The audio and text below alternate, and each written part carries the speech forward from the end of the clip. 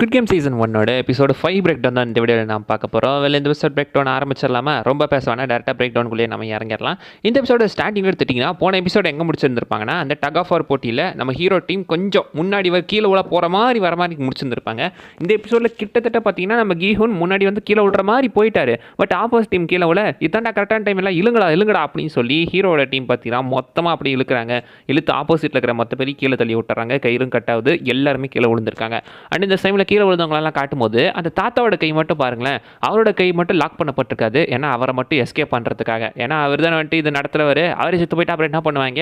இந்த எபிசோட் முழுக்கவே பார்த்தீங்கன்னா நிறைய இடத்துல தாத்தாக்கு அட்வான்டேஜஸாக இருந்துகிட்டு இருக்கும். நம்மக்கிட்ட அதை டேரெக்டாக காட்டாமல் எபிசோட் கடைசியில் தான் அதை காட்டியிருந்திருப்பாங்க. எனக்கு கீழே விழுந்து பார்த்தீங்கன்னா செத்தவங்க, பார்த்தீங்கன்னா சாக கிடக்கிறவங்க, கொஞ்சம் உயிருக்கு போராடிட்டு இருக்கவங்கலாம் பார்த்தீங்கன்னா அவங்க சாவுப்போட்டியை மட்டும் பார்த்தீங்கன்னா இந்த ஒர்க்கர்ஸ் எல்லாமே தனியாக ஒரு ப்ளஸ் மார்க் போட்டு தூக்கிட்டு போய் அவனுங்க டெட் பாடி எரிப்பானுங்கன்னு பார்த்தா அதை மட்டும் பார்த்தீங்கன்னா தனியாக அமைச்சு விட்டுறாங்க. அப்படி சாக கிடக்கிறவங்களாம் தூக்கிட்டு போய் அவனுக்கு உயிர் போகிறதுக்கு முன்னாடி அவனோட ஆர்கன்ஸ் எல்லாம் பார்த்தீங்கன்னா எடுத்து வெளியே வித்துக்கிட்டு இருக்காங்க. அதுக்கு ஹெல்ப் பண்ணுறவன் தான் இந்த பிளேயர்ஸில் வந்து ஒன் ஆஃப் தி டாக்டர். அந்த டாக்டரை பார்த்தீங்கன்னா எங்கள் கூட்டி வந்து ஆர்கன்ஸ் எடுத்து வைக்கிறாங்க.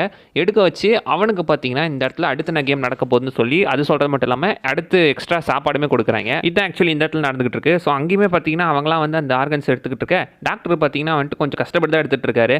ஏன்னா இதே இந்த கேம் முடிச்சுட்டு இப்படி பண்ண சொல்கிறீங்கடா, உங்களுக்கு நல்லா இருக்காடா அப்படின்னு சொல்லி பார்த்தீங்கன்னா அவர் தூக்கிட்டு போயிட்டு இருக்காங்க. அந்த பார்த்தீங்கன்னா ஹீரோ கும்பல் ஜெயிச்சுட்டு வந்து பார்த்தீங்கன்னா உட்காந்து பேசிக்கிட்டு இருக்காங்க. அந்த பார்த்தீங்கன்னா அந்த உமன் பேசிகிட்டே இருக்காங்க. அப்போ தான் பார்த்தீங்கன்னா அவங்க வந்துட்டு தாத்தா எப்படிப்பா இதை பண்ண, பின்னாடி சாஞ்சி இழுக்கணும் எப்படி சொல்லிங்கன்னு சொல்லும்போது இது வந்துட்டு நான் சின்ன வயசுல தான் பண்ணுறேன். இல்லை நீங்கள் ஏதோ ஒரு படத்தில் பார்த்துருக்கீங்க, அந்த படம் பேர் கூட சொல்லும்போது அலி என்ன சொல்லுவார்னா அது மேட்ரிக்ஸ் படம் அப்படின்னு மாதிரி பார்த்தீங்கன்னா சொல்லுவார். ஸோ மேட்ரிக்ஸ் படத்துக்கான ஒரு சின்ன ரெஃபரன்ஸ், அந்த பின்னாடி சாஞ்சி அந்த புல்லட் கிட்ட இந்த எஸ்கேப் ஆகிறதுக்குள்ள அந்த மூவ் பார்த்தீங்கன்னா அவர் சொல்லியிருக்காரு.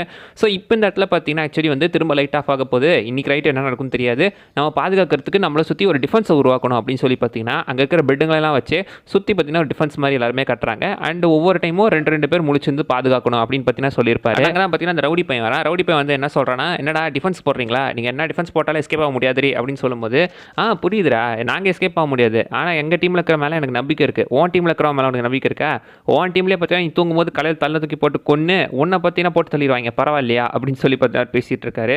நம்ம ரவுடி பையலுக்கு அவனோட டீம் மேலேயே நம்பிக்கை இல்லாமல் போயிட்டு இருக்கு. அண்ட் அவனோட டீமில் போய் கேட்கும்போது டாக்டர் எங்கடான்னு கேட்கும்போது டாக்டர் போனவர் தான் இன்னும் திரும்ப வரவே இல்லை அப்படின்னு சொல்லிட்டு இருந்தாங்க. ஏன்னா டாக்டர் தான் அந்த பக்கம் அந்த ஆர்கன் திருட்டில் ஈடுபட்டிருக்காரு. ஸோ அங்கே போயிட்டு இருக்காங்க. இந்த பக்கம் நம்பர் 29 28 தான் பார்த்தீங்கன்னா இந்த ஆர்கன் தேடி குவிக்கிற இந்த ஒரு 3-4 இருக்கிற கேங்கில் one of the members. So அதனால தான் பார்த்தீங்கன்னா நம்பர் 28 நம்பர் 29 அந்த இரும்பி மாஸ்க் கோடில் கூப்பிட்டு இருக்கான் அந்த ஆர்கன் எடுக்கிறதுக்காக. போன டைமே நம்பர் 29 வரதுனால ஆர்கனஸ்லாம் சிலது பார்த்தீங்கன்னா வேஸ்ட்டாக போச்சு. அது சைனாக்காரங்க வேறு காசு ரொம்ப கம்மியாக கொடுக்குறானுங்க, அவனுக்கு கேள்வி விடுறானுங்க அப்படின்னு சொல்லி பார்த்தீங்கன்னா இன்னொருத்தன் பேசிக்கிட்டு இருப்பான். ஆக்சுவலி பார்த்தீங்கன்னா இந்த நம்பர் 29 இந்த ஆர்கன் திஃப்ட்டில் ஒரு மெம்பர் தான். ஆனால் அது நம்ம டிடெக்டிவ் தெரியாது. பொத்தாம் பொதுவாக பார்த்தீங்கன்னா அவனை அடிச்சு தூக்கி போட்டு இந்த இடத்துல வச்சுட்டு இருக்காப்புல.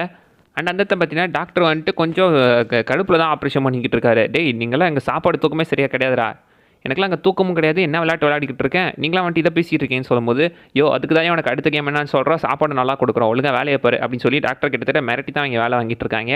அண்ட் அந்த இடத்துல பார்த்தீங்கன்னா அந்த ஆர்கன்ஸ்லாம் வந்து சரியாகவே இருக்கிறதுல ஒன் டைம் டேமேஜ் பண்ணி கொடுத்துட்டு அந்த சைனாக்காரனுக்கு கேள்வி விடுறானுங்க. அந்த ஜாம்பியுமே அப்படி தான் பண்ணிச்சு அப்படின்னு பார்த்தீங்கன்னா திடீர்னு பார்த்தீங்கன்னா வேறு ஒருத்தங்களை பற்றி மென்ஷன் பண்ணுறாங்க. அந்த ஜாம்பி அவங்க பார்த்தீங்கன்னா சாகாமல் யாரோ ஒருத்தங்க உயிரோடு வந்திருக்காங்க, திடீர்னு எந்திரிச்சிட்டாங்களாம். அந்த ஜாம்பியால் தான் அதெல்லாம் நடந்துச்சு. அண்ட் அந்த ஜாம்பிக்கு ஒரு கிட்னியே கிடையாது அப்படின்லாம் மென்ஷன் பண்ணியிருந்திருப்பாங்க. 2 கிட்னி இருக்க சொன்னால் ஒரு கிட்னி தான் அதுக்குள்ளே இருந்துச்சு, அதனாலே காசு கம்மியாக கிடச்சதுன்னு பேசிக்கிட்டு இருப்பாங்க. அதை பார்த்தீங்கன்னா டிடெக்டிவ் ஆக்சுவலி கேட்டுறாரு. டிடெக்டிவ் கேட்டுட்டு அப்புறம் இந்த ஜாம்பிக்கு என்னாச்சுன்னு கேட்கும்போது தெரியலையா, நாமளாம் சேர்ந்து அதை அடிச்சு கொண்டோம் அப்படின்னு சொல்லி பேசிக்கிட்டு இருக்காங்க. அண்ட் டிடெக்டிவ்க்கு புரிய வருது என்னவா இருக்கும் அப்படின்ற மாதிரி. அண்ட் அவனுங்களுக்குமே டவுட் வருது. அதனால டிடெக்டிவ் துப்பாக்கி எடுக்க போறாரு. டாக்டர் பார்த்தீங்கன்னா அந்த இடத்துல சத்தம் போட்டு டேய் கொஞ்ச நேரம் கம்முன்னு இருக்கடா ஆபரேஷன் ரூமில் அப்படின்னு சொல்லி பார்த்தீங்கன்னா சத்தம் போடுறாரு. அண்ட் இப்போ நம்ம 28 29 அவங்க பார்த்தீங்கன்னா அந்த ஆர்கன்ஸை வந்து விற்கிறதுக்காக அந்த இடத்துல பார்த்தீங்கன்னா எடுத்துகிட்டு போயிட்டு இருக்கானுங்க. அண்ட் இப்போ ஆப்ரேஷனுமே முடிஞ்சு டாக்டர் ஆக்சுவலி பார்த்தீங்கன்னா வந்து அவனுங்கிட்ட கேட்டிருக்காரு அடுத்த கேம் என்னன்னு கேட்கும்போது அது எங்களுக்கே தெரியாது, நாங்களே இனிமேல் தான் போய் கேட்டு வரணும் அப்படின்னு சொல்லும்போது அதெல்லாம் எனக்கு தெரியாது, இப்போ என்ன கேம் என்னன்னு சொல்லுங்கடா, எங்களுக்கு தெரியாதியா, அதெல்லாம் தெரியாது அப்படின்னு சொல்லி பக்கத்தில் இருக்கிறவங்க கருத்தில் பார்த்தீங்கன்னா கத்தி வச்சுறாரு.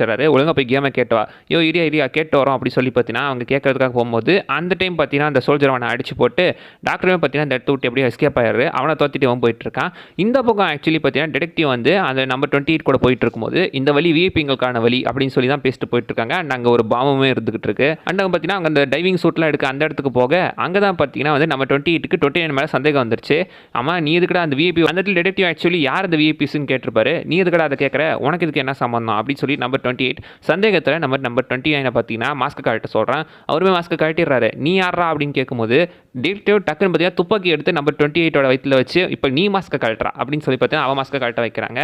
அண்ட் அங்கே தான் நம்ம 29 சொல்கிறாரு, நீங்கள் கொன்னீங்களே அந்த ஜாம்பி அது வேற யாரும் கிடையாதுடா, என்னோட பிரதர், அவரோட இன்னொரு கிட்னி இந்த இடத்துல தான் இருக்குது அப்படின்னு சொல்லும்போது அப்போ தான் பார்த்தீங்கன்னா, சார் அது வந்துட்டு மனுஷன் கிடையாது, அது வந்துட்டு பையன் கிடையாது சார், அது வந்துட்டு ஒரு பொண்ணோட பாடி. உங்களுக்கு டவுட்டாக இருந்தால் அந்த பிளேயர்ஸோட லிஸ்ட்லாம் அந்த ஃப்ரண்ட் மேன் ரூமில் இருக்கும், அதை போய் செக் பண்ணி பார்க்கலாம் அப்படின்னு சொல்லும்போது, எது அவன் ரூமில் இருக்கா, இங்கே இருக்கிற பிளேயர்ஸோட லிஸ்ட்லாம் அங்கே தான் சார் இருக்குது, அங்கே செக் பண்ணி பார்ப்போம், நான் வேணா உங்களுக்கு ஹெல்ப் பண்ணுறேன் அப்படின்னு சொல்லும்போது டக்குன்னு பார்த்தீங்கன்னா நம்ம 29 நம்ம டிடெக்டிவும் அதை 28 பட்டுன்னு சுட்டு போட்டு தள்ளிடுவார். இந்த பக்கம் பார்த்தீங்கன்னா ஆக்சுவலி வந்து அந்த டாக்டர் ஓடி போனார்ல, ஃபஸ்ட்டு அந்த சக்கரை பாக்கு காம்படிஷன் நடந்துச்சு அந்த இடத்துக்கு பார்த்தீங்கன்னா வந்துட்டாங்க. ஸோ வந்துட்டு அந்த இடத்துல பார்த்தீங்கன்னா அந்த சோல்ஜர் வந்து கிட்டத்தட்ட அவர் காம்ப்ரமைஸ் பண்ண மாதிரி பேச அந்த இடத்துக்கு ஃப்ரண்ட் மேன் வந்துடுறாரு. ஃப்ரண்ட் மேன் வந்து அந்த சோல்ஜரையும் போட்டு தள்ளிடுறாரு.